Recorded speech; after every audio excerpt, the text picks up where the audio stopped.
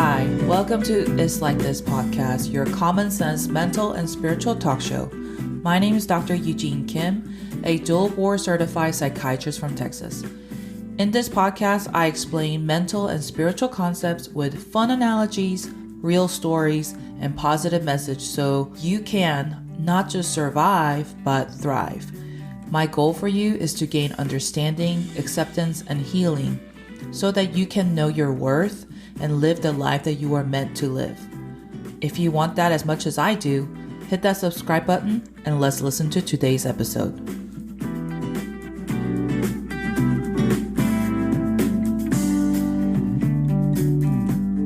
In this episode, I'm having an authentic and genuine conversation with a friend and a colleague, Jenny Lee.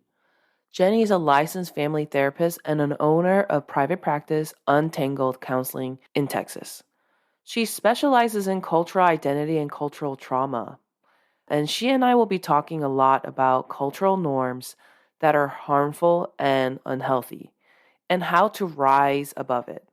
She and I are both Korean Americans who uses our background to help understand our own culture and also cultures around us. So we'll be referring a lot to Asian cultures and things about Asian culture, but I believe that the truth that comes from this conversation are universal and definitely can be applied to non-Asian listeners. So I hope you find comfort in this episode too, that as Jenny and I share our own struggles, that therapists and psychiatrists need help and healing as much as anyone else, and that help is available. So let's get started. All right, welcome to It's Like This podcast. My name is Dr. Kim, your host, and today we have a special guest. It's like Korean sister from another mother, and her name is Jenny Lee, and she's a therapist. And I just kind of connected with her through networking and meeting other local therapists. But we're going to talk about an important topic today, and it's about how to navigate the cultural norms that could be harmful, abusive, and neglectful, and how to navigate that, especially when you're creating your own life and your own quality of life. So we're just going to have a really discussion, and I'm really excited to bring on board. So Jenny, thank you so much for coming. Thank you for having me. I'm excited to do this. Super excited. Yes. And when I met you, I loved your memes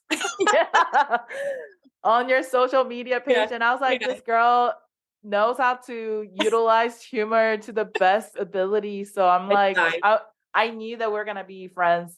And I knew that we were going to talk about this. Like I almost like manifested as soon as I met you. So I love it. I'm loving it. So, awesome.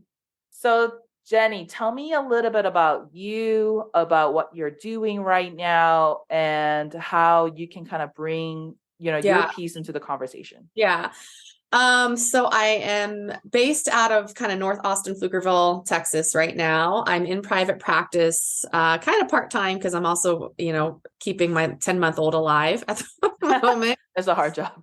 It is, man. And I finished my Master's of Family Therapy. I did a couple of family therapy at Drexel University in Philadelphia. And then I did a Master of Divinity at a Biblical Seminary in Hatfield. I'm currently a doctoral candidate in couple and family therapy at St. Mary's University in San Antonio, which I'm very behind on my dissertation, but hopefully getting there. So I mainly see individuals and couples in my practice. Right now, I would say probably I have about 80%, Asian American clients. That are working with a lot of very, very similar issues in terms of boundaries with family, boundaries with parents, communication with parents. They have a partner who is, similar cultural or different culture, or even, similar culture, but just raised differently, and kind of trying to navigate some of the subtle nuances between that. And so I'm working with that. I also have, some non-Asian American clients as well, of course. But overall, that's kind of what I do and what I'm doing. Mainly just overall mood disorders or relationship issues, communication issues in relationships, and some, family trauma working there too. Yeah. And then you actually married somebody who's not in your culture as well. I did. He is Russian.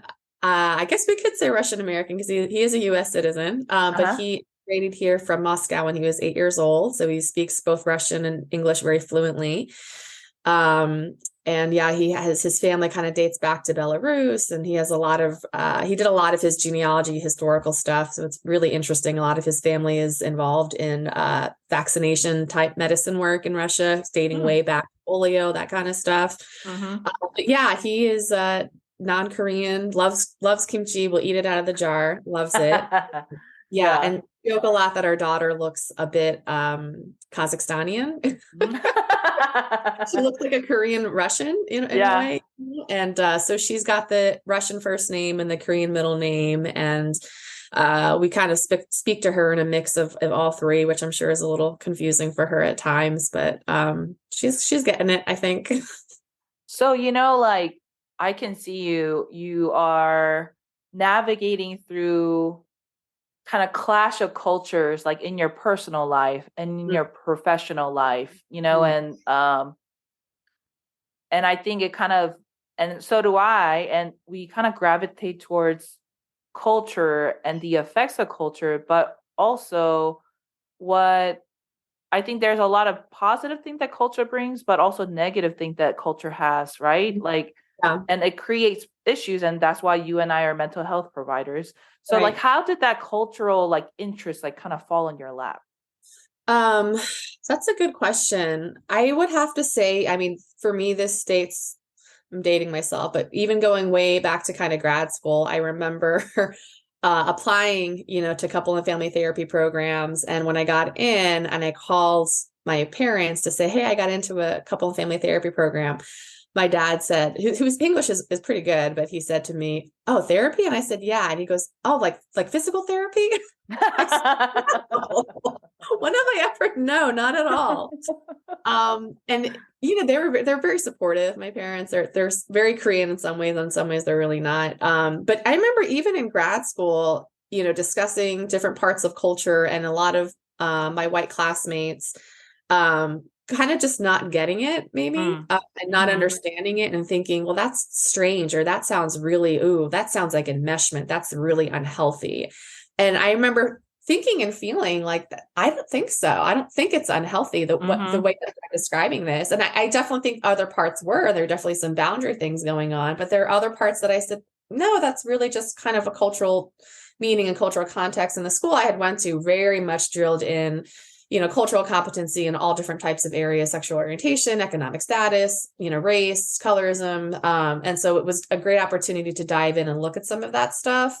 But it really started there. And I did an internship at University of Pennsylvania's Hall Mercer, where we had an Asian, American type of uh, draw for clients. And of course, that whole time over that year, I did not see a single Korean client there at all. No surprise. Mm. I did a lot of work in the church, and I saw that this is definitely a need. It's just something that's not really being utilized within. Mm. Yeah, and man, I just know that our discussion is going to be a difficult one Yeah. because the nature of teasing out what is normal in a culture and like at what degree does it become inappropriate or Yeah. harmful, that's so hard. So I'm just really excited. I'm just very curious. So why do you think, this is like a loaded question, but Go you for and I are from culture of Korean culture, Yeah. and I moved to the States when I was 10, and I don't Yeah. know about when, were I you was born here? I was born and raised in the States. My parents got married, met and married in Korea, and then shortly after came here. My mom's side is kind of all here. My dad's side is pretty much all still there. Yeah. And Yeah. I think what I'm kind of learning through studying my culture and just kind of living my life in the mix of American values and Korean values and Asian values, is like culture is generational, and it doesn't, I think when it stays in that country and everybody's doing the same thing, it Hmm. just becomes so normalized that there's no checks and balance within that culture. And Yeah. I think being an immigrant, I think it was a really good opportunity for me to provide that checks and balance for my own cultural values and be like, wait, like that's not helpful, or that's Yeah. not. appropriate, and I think one thing that is so prevalent in Korean culture, and maybe it flipped, on the other side of the, globe, was like parents cannot do any wrong. It was like, you know what I mean? Like, I'm Yeah. just doing this, even though it's harmful, it's because I loved you. So because of my intentions, like my intentions, like correct all wrongs, Mm. like there's a lot of that. And I think growing up, and I was like, there was lack of accountability, which is what kind of hurt the generational stuff and Yeah. then continues bitterness. So I think coming to America, where it's on the flip side, is like parents do everything wrong, like Yeah. that kind of burden on parents. So it's just really hard. Um, but I don't know if you have any thoughts on that. Like the point of immigration is actually a really good opportunity to evaluate both cultures, I think. Yeah. Yeah. I think it's tricky, right? Because I've worked within the Korean church, so I've seen a really big, diverse mix of parenting, maybe is a good way to say. Mm, mm, I will say I don't think my parents were that way in terms of they could do no wrong. I do remember I have a lot of memories of my parents, at different points sitting down, apologizing for here and yeah. there, those Yeah, type that's of things. good. And by no means am I saying they're perfect. Right.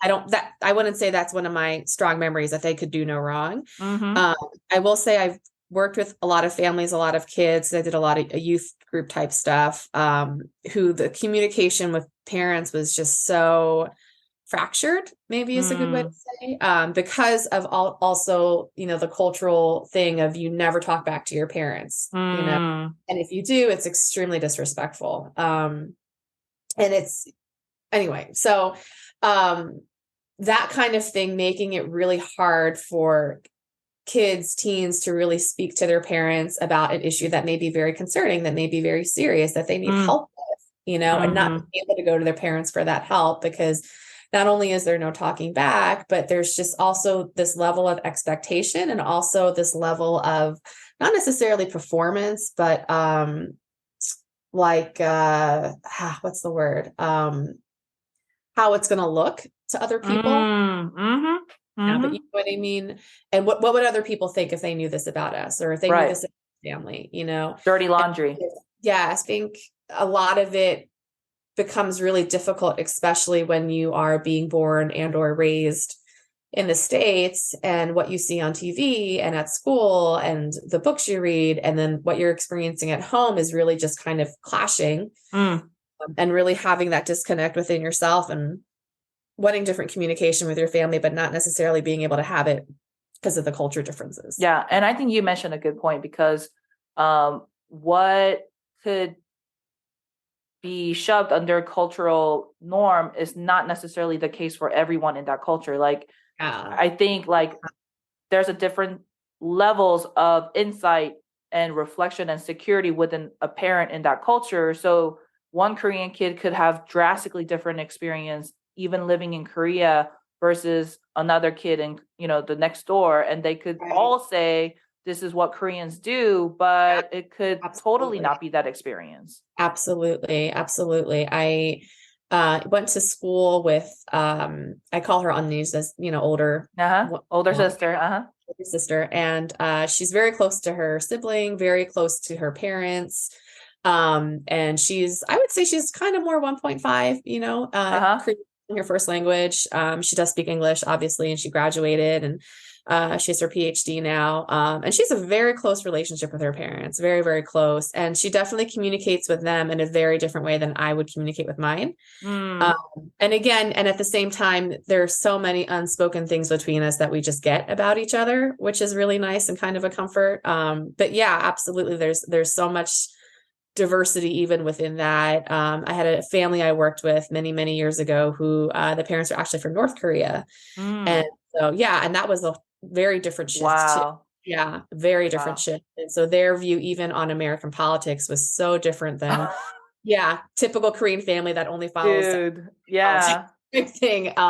So yeah, even within that, and I will say they often felt almost stigmatized Huh. from other Koreans because you don't really see a lot of North Koreans in America. Yeah. Yeah. And like you mentioned, like working with youth in Korean church.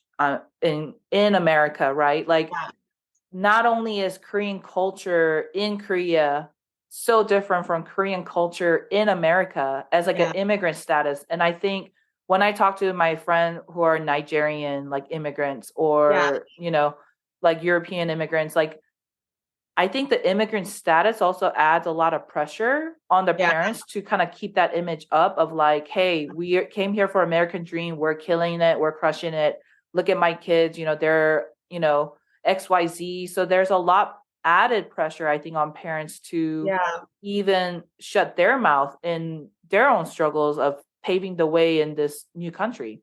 Yeah. It's so funny you say that because a lot of the Asian clients I'm seeing right now, one of the kind of big themes I'm seeing is struggles with boundaries and this idea that I have to do everything to keep myself small and to not be noticed. And so I'm not Mm, going to say anything. I'm not going to, speak out for myself. I'm not going to advocate for myself because I need to be as small as possible so no one notices me and no one sees me.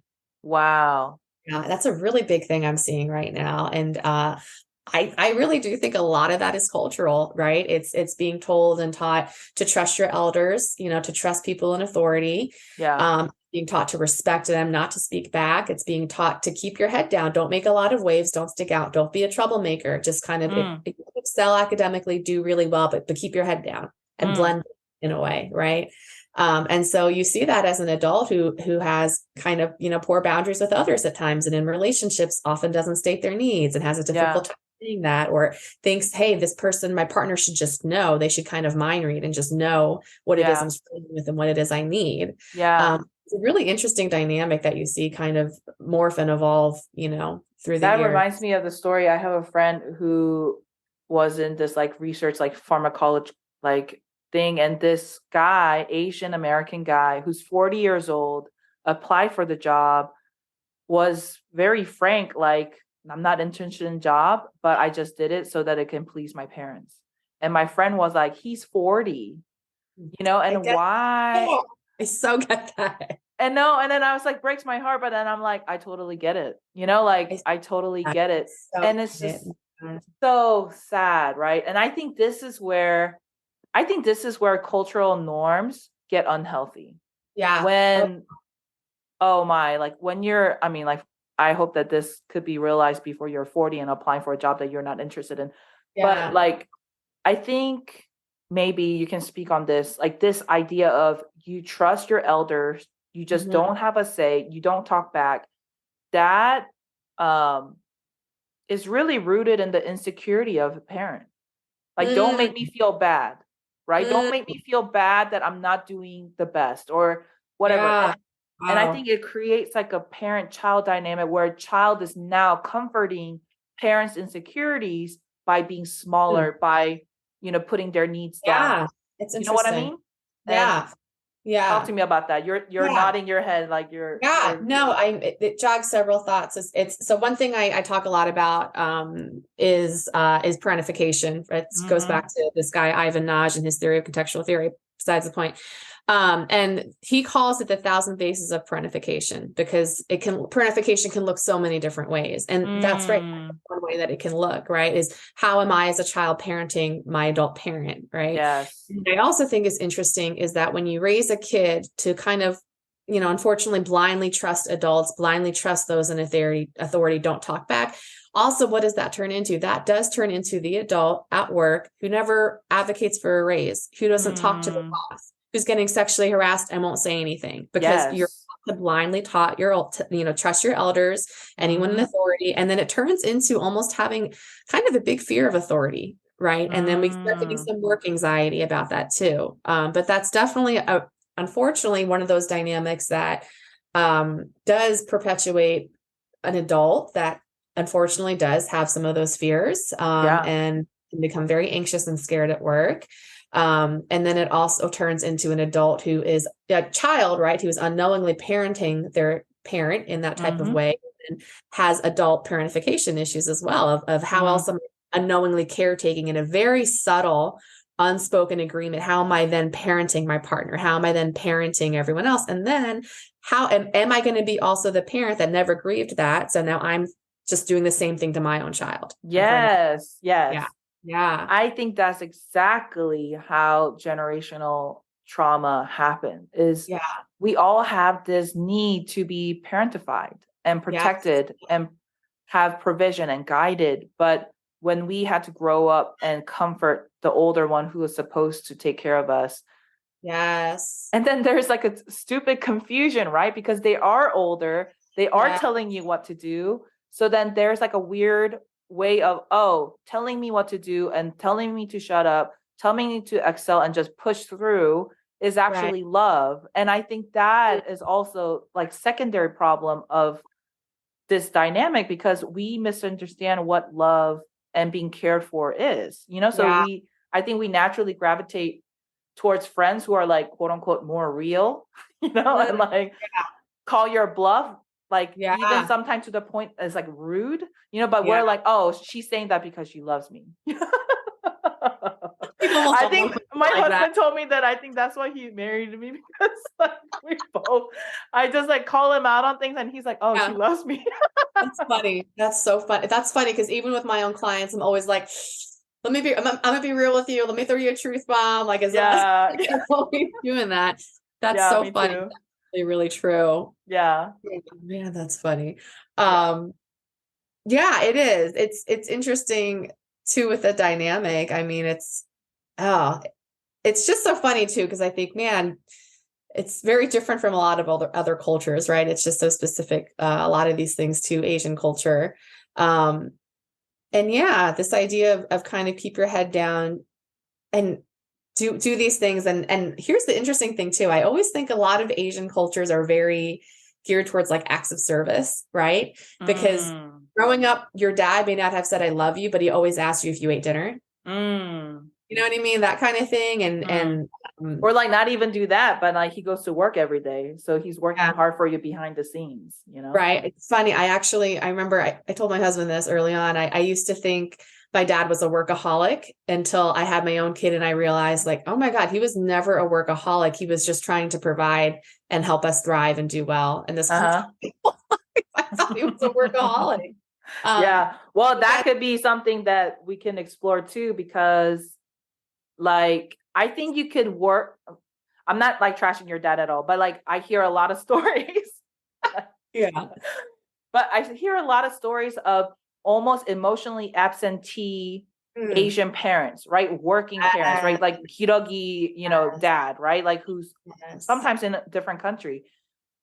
And there's like a fine line between working hard because you Yeah. love your kids and plus or minus want to connect with your kid Right. versus working hard to provide because you think this is what you're supposed to do without like maybe a confusion or like insecurity on wanting to connect with your kid, right? Yeah. Like so it's like I guess like a good telling part is like what does he do when you're present with your kids?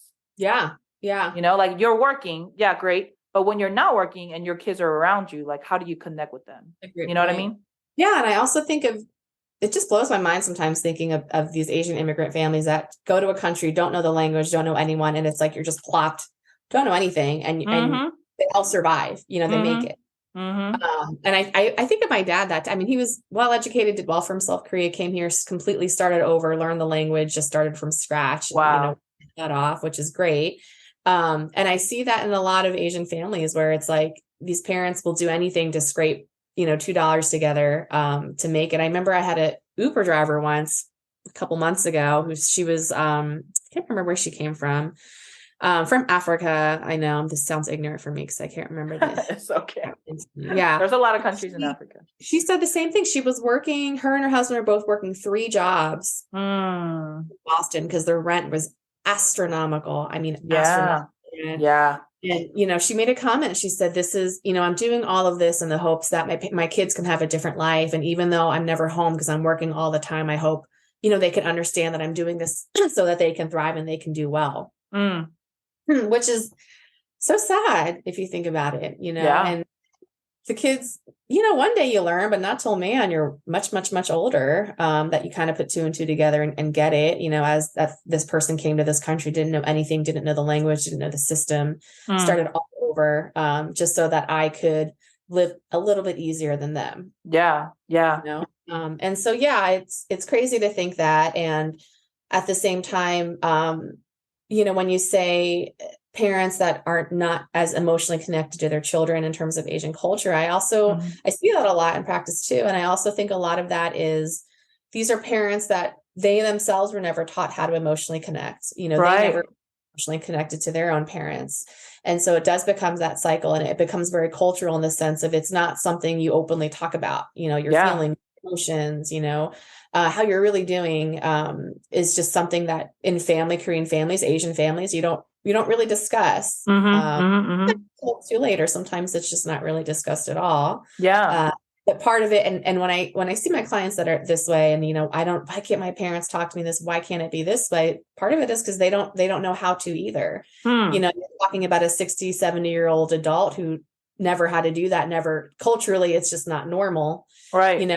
Now you're trying to do that. And I will give lots of credit to my clients. Some of them will push through and they say it's uncomfortable and it's awkward, but I want that type of relationship from my parents. I'm going to keep at it. And to their credit, they do. And I think that's amazing. And it feels very awkward. I don't do that. Yeah. What do you say to those clients, the child figure and also maybe the parent figure, you're kind of paving the unpaved road and it's going to be uphill battle, but what kind of encouragement do you tell them to kind of be like, I'm not saying we should all be like a white American communication, like crying together or whatever. Right. But it's like, how do you push through, and what makes it worth it? That's a great question. I always tell them initially it's going to be really awkward. It is, because it's new and it's different, and it's different than how you were raised and how you did things forever. And so it's almost like, but that's not going to be a surprise. Like, you're going to start and it's going to be awkward. So almost lean into that, like, let's just kind of radically accept it is going to be awkward. It is, rather than trying to make it not awkward, because it's going to be, what I mean? Yeah. I think it's sometimes more anxiety provoking when we're like, I don't want it to be awkward, but it's going to be, then just lean into the awkwardness. And so knowing that the first few times it is going to be awkward. And after a while it won't be, and it'll become second nature, and then it'll be okay. Yeah. I can tell you, growing up, my own dad never really said, I love you. He always said, did you eat? Did you eat? Yeah. My mom, my aunts, we always hung up the phone, leaving out the door. Bye, I love you. Bye, I love you. And so I kept doing it with my dad. This was early in college. I kept doing it, nice. Yeah. And now he easily says that. He always, bye, I love you, hanging up the phone. But it's like, I remember early on when he would, wouldn't really say it back. Yeah. It was awkward at first, and he definitely does it now. But I get that initially it is going to be uncomfortable and awkward. And in the end, if that's the relationship you really want with your parents and that's what you want, keep at it. You may even, I hate to say this, get rejected a couple times. They may look at you and be like, why, what are you doing? But again, if you're consistent and you keep at it, that is something you can have. The downside to this is, unfortunately, it's you as the child, again, kind of parenting, right? But it's because I tell my clients this, your mom and dad, they're 60, 70 years old. They're not going to one day wake up and all of a sudden change and want to have this connection with you, or even know how to have a connection like that with someone, right? And so if this is what you really want, it's going to kind of have to be ball in your court of you kind of leading and initiating that type of relationship with them. Yeah. And I think I tell that to my clients too, that especially and even if they had an abusive relationship with their parents, I say, whatever happened to you when you're a minor, that should not have happened, but don't stay there. You're now an adult, and actually there's more legally, emotionally, physically, more ability that you can do. But there's a tricky thing too, when I think there's a similar, I think we talked about this, even within the culture, everybody's experience in that culture will be very different, because maybe the emotional maturity level or willingness or intentionality and awareness inside is so different, like from every parent figure doing that. And I think your dad is a perfect example where he loves you. He communicated in his way, but it wasn't exactly the lingo that you're used to and you want to. And that was only the missing piece. But I think there's other parents who are like, put their ego in the front and be like, well, if you don't do this my way, then, screw you, and like, there's a lot of clients who faced pure rejection, pure abuse because of parents' insecurity. And when people experience that, I say, but now you're an adult. Doesn't mean you have to forgive them because of the cultural norm, but also doesn't mean that you have to live in this cycle of parentifying your parents and keep on doing it and you get bitter. So so let's talk about that. Let's talk about that group of people who legitimate got the crappiest end of the cultural norm.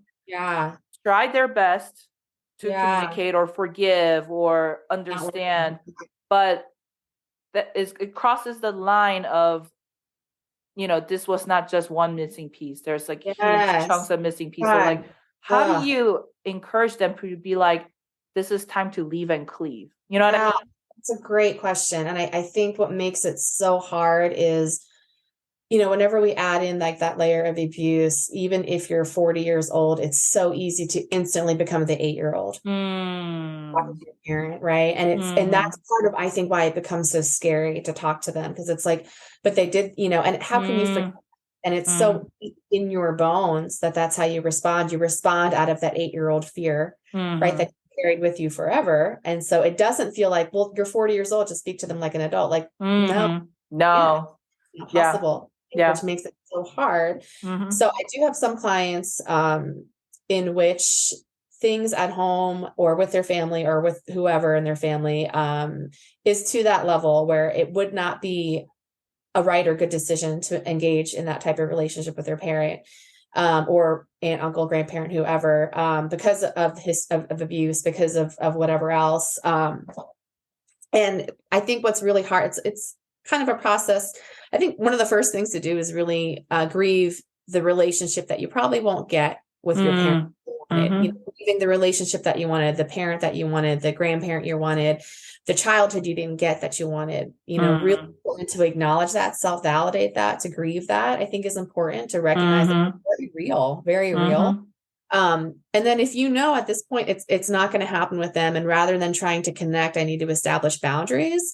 Boundaries always get so tricky, right? Because it's not a way of you punishing that person. It's really a way of you taking care of yourself. And you can take care of yourself and take care of them at the same time. Because the other thing I'll hear is, but if I do that, I'll feel so bad. I'll feel so bad for them. Because even though all of that happened, they're still your parent. They're still whatever, right? So I would just feel bad. And it's okay. Well, you can't, again, take care of them and you at the same time. The analogy I use a lot at work is dumping trash on your lawn, right? So you're not having boundaries. This person's dumping trash on your lawn. And if they're doing it every day and you finally say, I don't want you to dump trash on my lawn, you're going to feel bad because you've let them dump trash on your lawn every day. And so it is going to be uncomfortable. It is going to be awkward. And the more you do it, the more empowering it's going to feel and the better it's going to feel for you. And the more you can actually take care of yourself and know why you're doing that, as opposed to kind of being too fluid with it and letting them trash on your lawn and not knowing, and then getting upset that they are, resenting that they are, but then again, you let them, right? And so, in those cases where it's, that type of connection is not going to go with your parents. I do think it's important to set boundaries. And I do think it's important to know that you are going to feel bad when you first do it because you've never really done it with them before. And that doesn't mean it's wrong. That just means it's new and it's uncomfortable. And you mentioned that too. It's like, I think grieving the lost potential of a parent-child relationship. And like, when I say that out loud, it's like so sad. Like lost potential. And I think it's because I'm such an idealist, like I want everybody to have a good parent-child relationship, but sometimes it just doesn't happen. And like, you need to grieve that lost potential of being born on earth and being born, you have two biological parents, and not having that connection with the biological parents is really sad. And I think you have to adequately grieve that. But I think the second part of it as an adult, when you're recovering, is that it was never your responsibility to sustain that parent-child relationship. Like you're free. You're free. Like parents made it your job to not make them feel insecure and reject you. Yes. and as an 8-year-old, or as a child, but as an adult, it is not your responsibility to just continue Yeah. that thin thread of connection, Yeah. and I think that's where people feel guilty because they've been feeling responsible for so long of taking Yes. everybody's trash on your lawn, Yes.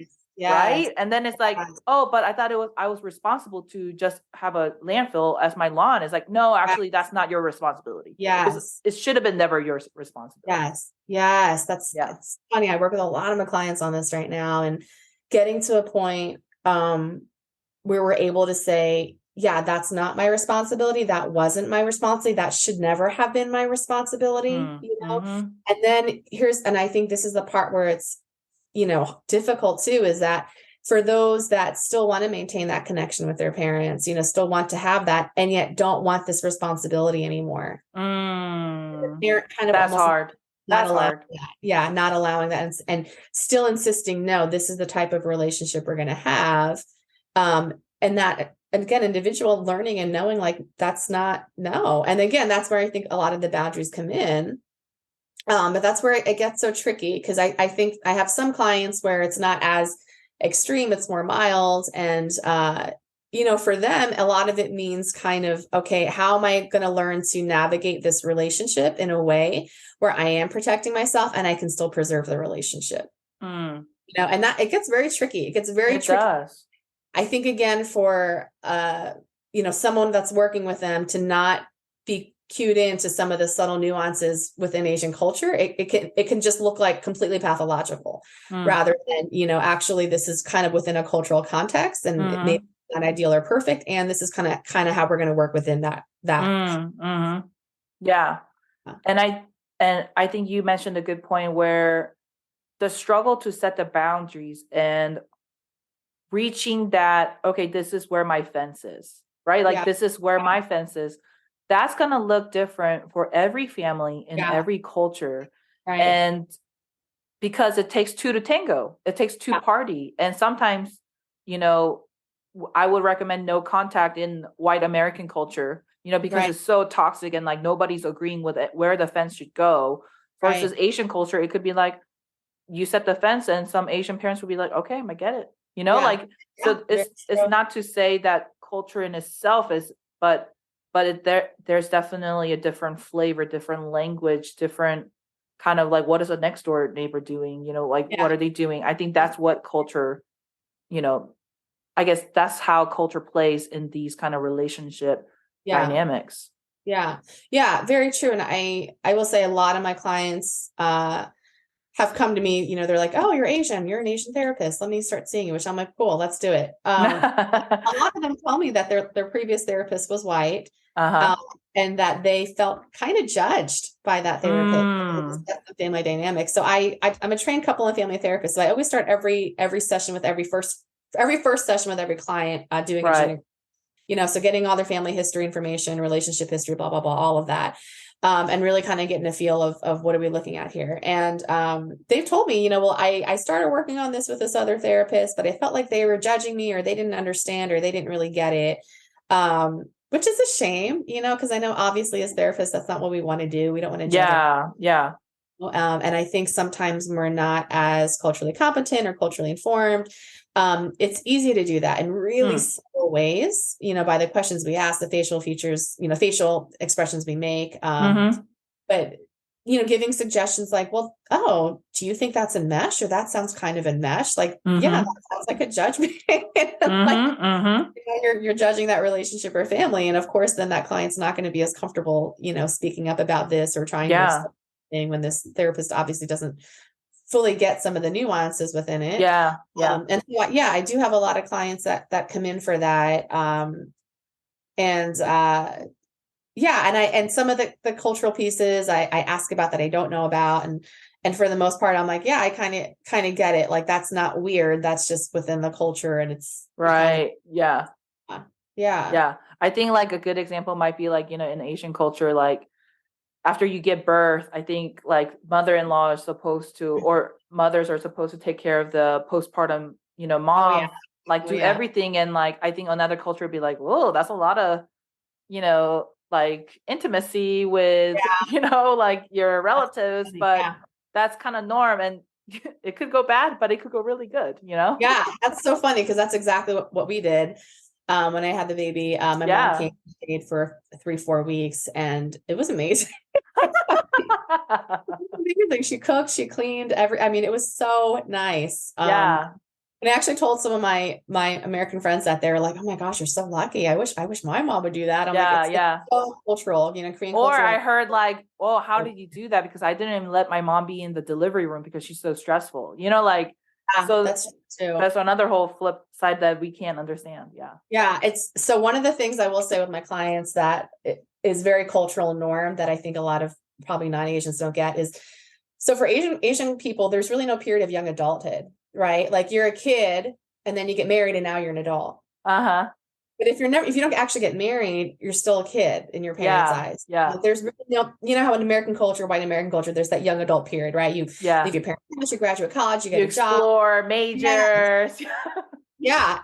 But in Asian culture, there's really not that period. It's you're a kid and you're married and now you're an adult. And so part of that with boundaries with parents can look very different than in a white American family. And I can see why, some therapists that aren't informed in this could see that as boundary issues, or could see that as enmeshment, or could see that and be like, what? That's really toxic. And again, to me, it's very cultural, right? Culturally, there's really not that young adult piece. And yet if you're, 35 years old and you're single and your mom is still, and dad is still talking to you a certain way, I'm sure to an outsider, it would look really weird and dysfunctional. As within the culture, it's like, well, yeah, but that's because there's not really that period. And so you're kind of are still like a kid in a way. Do you think that's healthy though? Sometimes not, I will say. I mean, I have some clients where they're able to kind of navigate within that relationship, I will say. I have others where I will say where the parents have come around and been like, okay, like, and, engage with the person differently. And I have some clients where that's exactly why they're in therapy. Because their parents still speaks to them like they're 10, even though they're years old. And buying a house for the first time, and it's their grown-up decision that they're doing with their own grown-up money with their own grown-up job, and still desperately seeking mom and dad's approval, and that type of thing. What do you think is the difference of all the cases, right? I think what we're doing is we're dissecting each different thing, like cultural norms, but when is it healthy and not healthy? Like what in that kind of like how parents talk to you and still see you as a kid and stuff like that, like what is the line that separates from healthy to unhealthy? To me, it really is, how is it affecting you? And does it feel good? Does it feel okay? Because I will say, I do have some clients that are more tolerant. I don't know if that's the right word, tolerant of it. And they're like, that's just my mom being that way. And they're able to kind of hold it and kind of almost let it slide off their back. Like, you know what I mean? Yeah. And I have other clients where it's like, man, every time they get off the phone with their parent, they cry. And that's not okay. If you're, leaving that conversation, that interaction, feeling depleted, feeling rejected, feeling scared, feeling anxious, feeling any of those things, someone just dumps trash on your lawn. Like that's not okay. Yeah. And it is okay in those instances. And it would be appropriate to set a boundary. That's a great point, because I think whatever the cultural norm is, right? I think the most important piece, kind of to bring it back to like a final point, is you. Yeah. Your maturity, your health, you taking care of yourself. And I was just thinking about this when we're talking about grieving, right? And then knowing your responsibility that it was not to sustain this relationship. And I think the third part that I was kind of thinking as you were kind of saying that is your responsibility to take care of yourself. Yes. It's not other people's responsibility to take care of you anymore. And I think that is like the final piece. And I think you kind of brought it forward too. It's like, it depends on how you feel, because you're taking care of yourself and you're secure within yourself. Yes. And to me, the one who doesn't do that is the 40-year-old who's applying for the job just to, you know what I mean? And it so like, my heart goes out to them, because if you're not working on that, it literally will become a lifelong struggle for you to always get your parents' approval. Oh, yeah. You'll be 50, 60 years old, still thinking, well, would my parents have been okay? And still like, sitting back up straight. Oh, yeah. Hyper Not, aroused. Yep. yes. And it's like, man, what an exhausting way to live your life. Oh, I just get tired and sad. This whole other thing about like, well, who am I then? Who am I Oh, outside of what my parents have wanted me to be and expected me to be and I had to be, yeah. and I mean, and then these are people that are at like age 25, 30, 40 are having identity crises, right? Of Yeah. not really knowing who they are because they always were just trying to live up to their parents' expectations. Yeah. And sometimes like unsaid expectations, like, Oh my goodness, unset expectations, right? Not geez. necessarily that your parents had to outright tell you to be a doctor or lawyer, but when you Yeah. said, I don't know, maybe like I'll be a computer tech instead, they kind of, gave the sign, Yeah. They did the they look made the like, face. Yeah, yeah. So it's like, okay, I'm definitely applying to medical school now, and yeah. And this level of hyperarousal and confusion, and it continues until your parents die, and maybe even yes, after. yes, right. It's that like internalized image we have of our parents and then internalized conversations that we have. And so it's even until you're well into your own adulthood, constantly looking for that approval from your parents. And then, I mean, really to push it, it's like if you are still consciously, subconsciously doing that, then I have to wonder, how is that impacting your parenting? Right? How is that Ooh, with your child? you and Right? I both have kids. Yeah, Yeah, it's and getting and personal. that's Yep. why I think doing some of that work is so important because there's so many Yes. spots that we all have. And I tell this to my clients too. If it's going to make you a better parent, it's going to make you a better partner, and it's going to make you a better human. Yes. Learning some of this stuff and doing some of this work. And it's uncomfortable, really uncomfortable and really Yeah. painful to Yeah. undo some and to examine some of this stuff and to Hmm. realize like, oh man, I am just like my mom in the way I really didn't want to be. Hmm. Undoing that stuff is a lot of work. And at the Yeah. same time, again, better parent, better partner, better person, Yeah. really. And like it kind of goes back down to like culture, right? The generational trauma and abusive norms gets trickled down. And I think that's the importance of working on yourself, and not in a way that Instagram makes it like, oh, go get yourself a pedicure, Yeah. like a spa day every day, like that's not what we're talking about. Like working on yourself is like really dig deep into grief, Yes. letting go of responsibility that's not yours and taking the responsibility that is yours. And Yes. this is how you stop generational trauma. I think Yeah. generational trauma is such a like hashtag right now Yeah. because hopefully it will continue to do it. And this is how you stop it. Yes. Yes. And it's uncomfortable work, man. It's so It's uncomfortable. uncomfortable. I mean, I've done some of it. I mean, I think I have a long way to go, but like I Yeah. say stuff to my kids, like there's like 4-year-old poor kid that Yeah. I heard growing up, and I'm like, and my husband's like, did you just really say that? I'm like, it did. And I need to go and apologize, you know? Yes. I so get that's so funny because I've been working on that a long, long time with my therapist too. And I know I'm like therapist with therapist. We need him. We need him Right, just like anyone right. else. It, Yep. it was, I will say personally, it was stuff for me that was very painful and very uncomfortable to look at. And Yeah. parts that I never even knew existed. You Mm. know what I mean? That I was like, oh my gosh, that is there. And that Mm. kind of stuff that's like, I can't believe that I might have almost lived my whole life and never even knew that that was there. Wow. And Which you're a to therapist, so you're like educated in all of this. Yes, which is Yeah. wild to think. Like we really do, everyone, we really do genuinely have blind spots, right? And if we're not Yes. being aware and looking at that stuff, to me, it's like, man, almost guaranteed you're going to pass that on to your kid, and Guaranteed. it's just like Guaranteed. continues to repeat. And there's stuff that I absolutely want to replicate that my parents did, and there's stuff that I definitely don't want to. And Yeah. none of us will ever be a perfect parent. But again, in my own way, just like my parents wanted me to have better in America, like I want my kids to have better than I did in Yeah. that, you know? And that being said, I think being the first generation immigrant is so hard because you forget emotional needs, right? Like you're providing physical needs and like legal status of like staying in the country that might produce better income. So I think there's more tangible stress, but I think this is something that I'm grateful for, that I was not the first, generation, but it's the second generation. Thankfully for the sacrifice that, previous generation did. Now I can work on my emotional needs. So it's like I think Yes. generational trauma can be stopped at different levels, Yeah. and I think I want to just kind of encourage like everybody who's like struggling as I am, is like, you might not get rid of all the generational trauma trickling down to your kids, but there is a specific things that you will be able to stop, and that is enough, Yeah. Yes.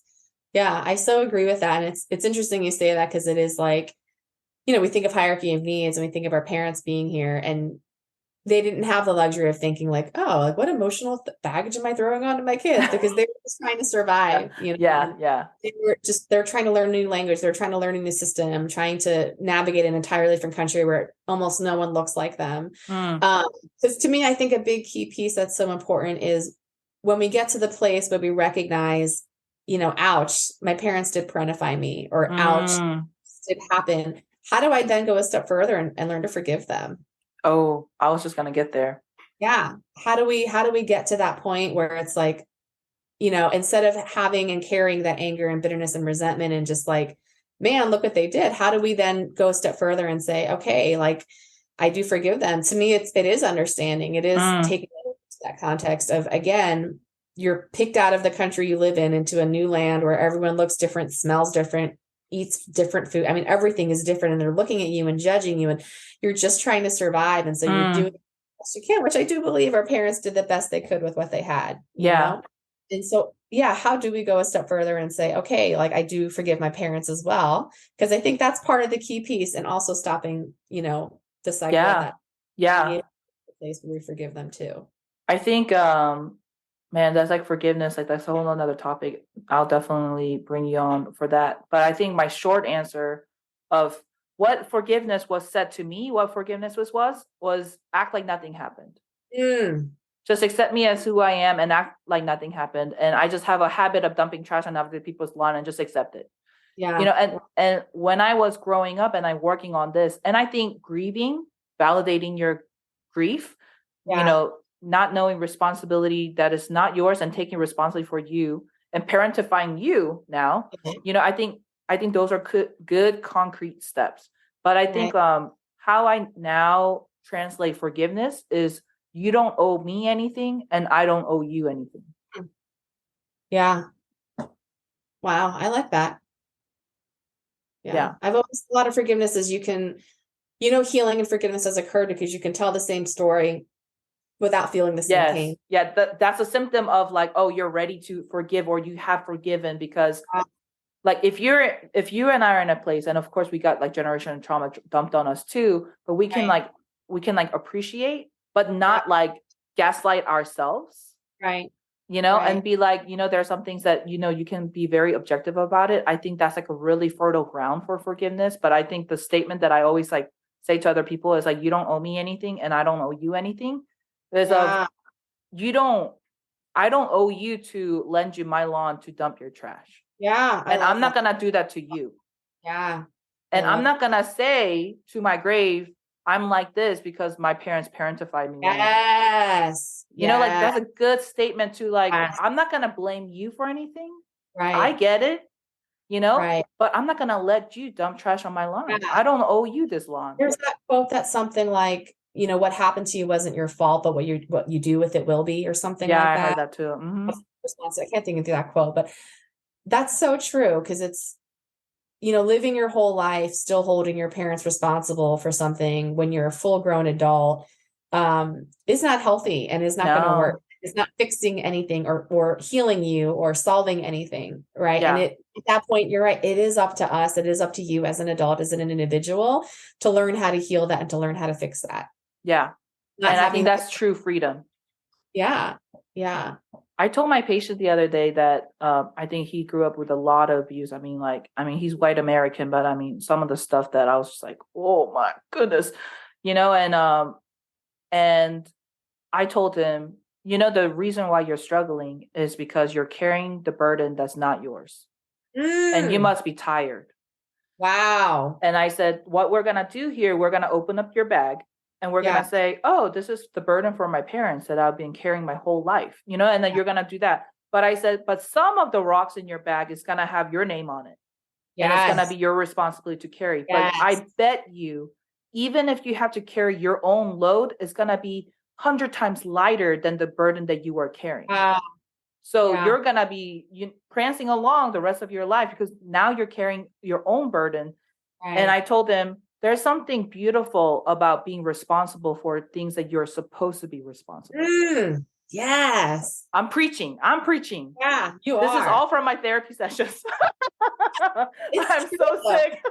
It is true though, because and that to me is right where the parentification and boundaries thing all comes into play. Yes. Because I constantly hear that too, but I feel bad for them. Well, I let them dump trash in my life because I just feel bad. They don't have anyone else. They don't have anyone else's lawn to dump trash on. Yeah, that's sad and not your responsibility. Like your parent is an adult. They'll figure it out. They'll be okay. Yeah. They'll find another lawn to trash their dump on if they have to. Yeah. Yeah. And I get that it's uncomfortable. Another analogy I use is if you had a neighbor who every day asked you to borrow $5 and you gave it to them, but they never paid you back. And then one day they asked you, can I borrow $5? And you said, no, I don't want to. You're going to feel bad. Yeah. And then here's the thing. They're going to blame you. Yeah, they are. Yeah. And then you're going to think that it is your responsibility, but it's still not. It's still not. Yeah. And that gets so tricky. You're right. Yeah. Man, I wish we can talk forever. Yeah. But I think has to be a second episode of this. I would love that. I would be so down. I think you and I are learning stuff. Yeah. We're all inspecting our own generational trauma. Really. No, I think that's important. I mean, I'm a firm believer in therapists having therapists. I really am. Oh, yes. I don't know how someone could do this type of work and not also do this type of work. You know what I mean? You can't.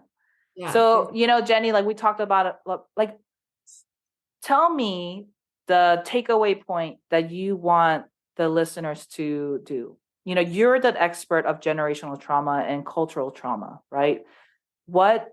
And it doesn't have to be maybe Asian American. I think it could be immigrant of all kinds or even white American who had their own trauma, generational trauma, because it happens everywhere. Yeah. What do you want the listeners to know? At the end of the day, I think there's a lot of nuggets, but what is kind of hey, I just want you to remember this. That's such a good point. It's tricky, right? Because some of us have kids, some of us don't. And so for those of us that don't have kids, it's well, it doesn't matter because I don't need to do work and I'm not going to pass. I don't have kids. Yeah. But again, to me, it's not about that, right? If you are a parent, it's going to make you a better parent, make you a better partner, make you a better person. And if you're not a parent, it's still going to make you a better partner, make you a better person. Yeah. Right. And it's almost like, if you've ever been to a chiropractor or get a massage and afterwards you're like, oh, wow, that thing in my neck that I didn't even know was there is gone. Right.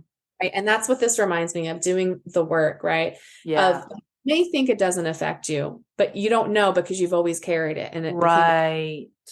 Yes. And if it is affecting you, then why aren't you getting help? And why aren't you doing the work? And even though it feels scary and seems scary, I guarantee you, there is going to be someone out there that can help you with this journey. Because I will say, I think, different strokes for different folks. And I know not one size fits all, right? Some therapists are great for some people and not for other people. And I do think therapists, finding a therapist is like dating. You got to find someone with the right chemistry. Yeah, I say that too. Mm-hmm. Yeah. And so if you're ready to do the work, then do the work. And if you haven't done the work yet and that crick is in your neck and it's bugging you, then get it taken care of. And if you think, that you have trauma and you think it doesn't affect you at all, go ahead and get an adjustment done and see what ends up coming off for you that you didn't even know was there. Right. And I think some people live with back pain or crick in their neck their whole life. Accept it, right? But it's I just kind of thought of you don't know what your potential is with that crick in the neck gone. Yeah, absolutely. You might be an NFL player. You don't even know your potential as long as you live with that back pain your whole life. So it's I just encourage everybody just get it checked out. Yes. It won't hurt. Yeah. Why not? Exactly. Yeah. Psychiatrists and therapists, we're professing and we're confessing that we have blind spots that we didn't even know. Exactly. Yeah. Wow. So this was amazing. Thank you. This was great. Yeah, this was so much fun. I like this a lot. This was my first podcast experience doing this, but totally, absolutely do it again. Thank you, Jenny, so much for being here. And thank you, everybody, for listening in. And I hope and I know that you got something out of it. So stay tuned for the next episode. Thank you.